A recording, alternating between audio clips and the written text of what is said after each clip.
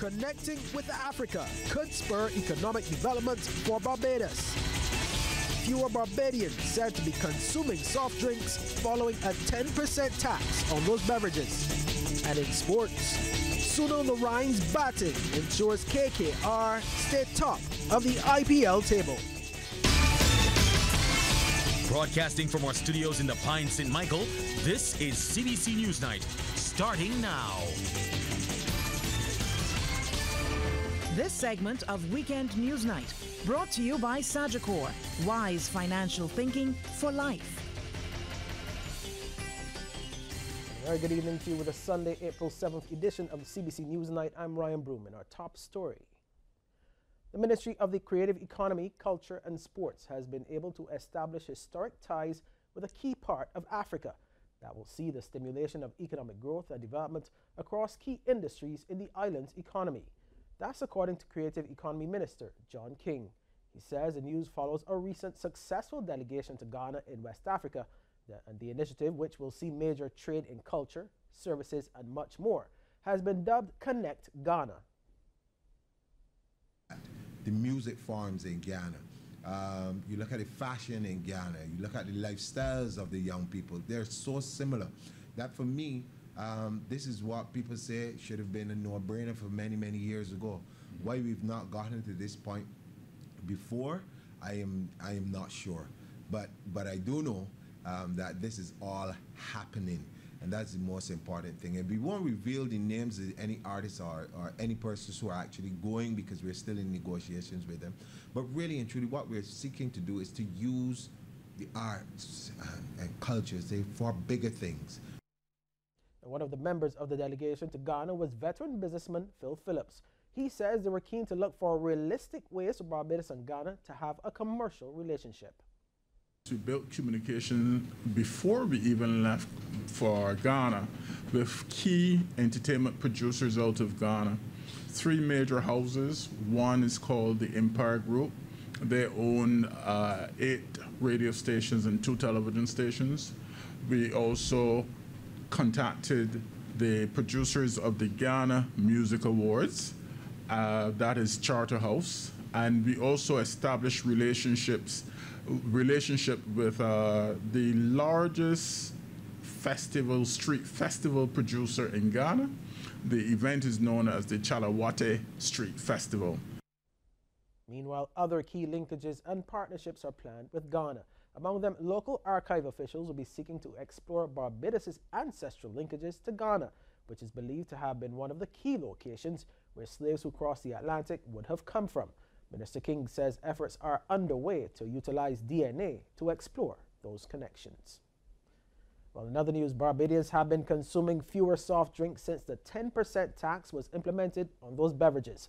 Minister in the Ministry of Economic Affairs, Marcia Cattle, says data shows citizens have been choosing healthier alternatives. She was speaking during a universal health coverage discussion organized by the University of the West Indies. Based on this 10% rate of tax, we know that we've seen a 4% decline in the consumption of sugar-sweetened beverages, and I believe an 8% increase in the consumption of water. So there is scope, I think, to acknowledge, first of all, that there is an impact on behavior, and to look at whether any adjustments to the measure might be able to stimulate further impact. And in an effort to continue the positive eating habits, Ms. Cattle believes all foods should have nutritional values and facts displayed for customers. When it comes to tobacco consumption, cigarettes, you put a warning that says that this thing could kill you. And I tend to be in favor of having similar labeling for foods that have a particular level of sugar and salt content, for example. Some crime news now. A 26-year-old man is tonight nursing a gunshot injury to his leg. Nico Yard of Luke's Avenue, Bayland, St. Michael, was shot around minutes to 3 this afternoon along Beckles Road. Lawmen say 2 motorcycles with pillion riders were traveling in opposite directions and opened fire on each other. One of the pillion riders was shot in the right calf by the other pillion rider. and he was taken to the Queen Elizabeth Hospital by a relative. His aunt, who only wants to be identified as Miss Ford, recounted her last encounter with her nephew before the incident. I was home sleeping, and I can remember my nephew telling me he going, but he got father and come back.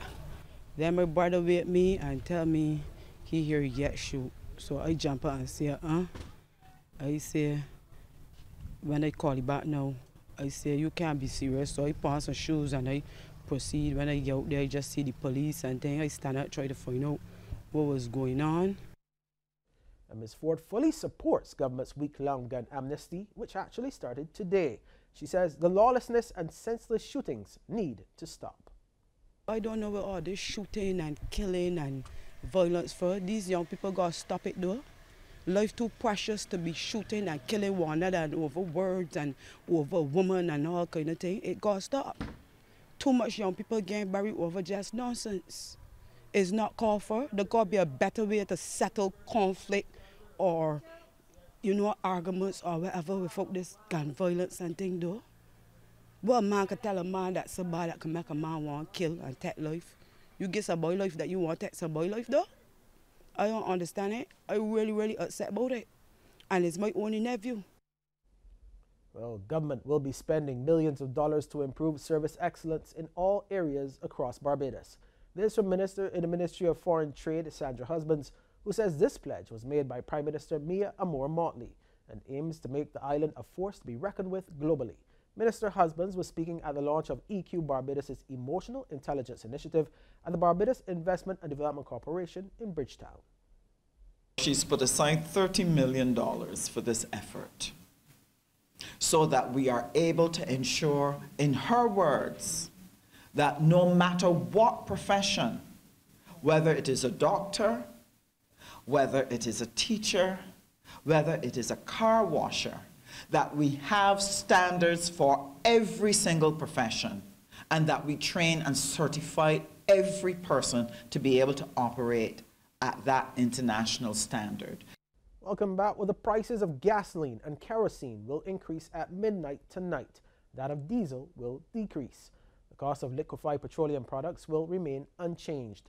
The retail price of gasoline will be adjusted from Barbados $3.57 per liter to $3.82 per liter, an increase of 25 cents. The price of kerosene will increase by 2 cents, moving from $1.40 per liter to $1.42 per liter. There will be a reduction in the price of diesel by 1 cent. Therefore, diesel will now retail at $3.08. Liquefied petroleum gas will continue to retail as adjusted at December 2nd, 2018. Now, the 100-pound cylinder will retail for $163.07, the 25-pound cylinder at $45.87, the 22-pound cylinder at $40.53, and the 20-pound cylinder at $36.84. Well, Barbadians are being encouraged to reach out to the youth in their communities and steer them along the right path. This was the plea of Minister of Labour and Social Partnership Relations, Colin Jordan, as he addressed the recent passing out parade of the Seventh-day Adventist Pathfinders Band. Minister Jordan says many of our youth are reaching out for love and leadership, but end up getting it from those who don't have their best interests at heart. He called on Seventh-day Adventist leaders to play their part in guiding these young people. I believe that just now we're going to see to request of you to reach out beyond the church, reach out into communities, and bring some of these unattached, unengaged young people into your fold. Because by doing that, you're going to be saving lives. Our God says, when you do it to the least of these, my brethren, you've done it to him. And so I want to encourage leaders in the band, leaders in the Pathfinders to reach out into communities so that we can engage or re-engage some of those young people. Now, 33 of the 35 new recruits took part in the passing out parade, which was held under the theme, "To Play, to Serve, to Win. The Journey Begins." Minister Jordan congratulated them and reminded the new band members of their duty. Playing an instrument is not an end in itself. Playing an instrument as part of the Pathfinder band makes sense only if your intention is to minister, to uplift, to motivate, to serve. Regional News Now: prefabricated cells at Guyana's Camp Street Prison will house an additional 180 prisoners. This is according to Minister of Public Security Kemraj Ramajatan, and he explained that a reduced prison population is urgently needed. HCPTV's Javon Vickery has the details. Following the Camp Street fire in 2016 and 2017, a number of recommendations were made through a commission of inquiry, which, among other things, addressed the issue of overcrowding at the prisons throughout the country and the way forward at the penitentiary, which had sustained major damages. Minister of Public Security Kemraj Ramajatan, during a recent visit to the Mazaruni prison, explained that while the penitentiary is currently undergoing phased works to better facilitate the prison population, the Camp Street prison will see changes also. Changes are also in the pipeline to decrease the growing population at the Luziknan prison, which still houses 4 temporary holding bays, housing prisoners on remand.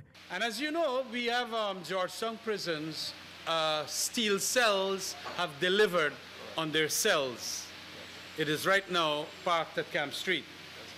And we have to start packing them and stacking them in such a way that we are going to accommodate over 180, it's about 180 prisoners in those prefabricated cells.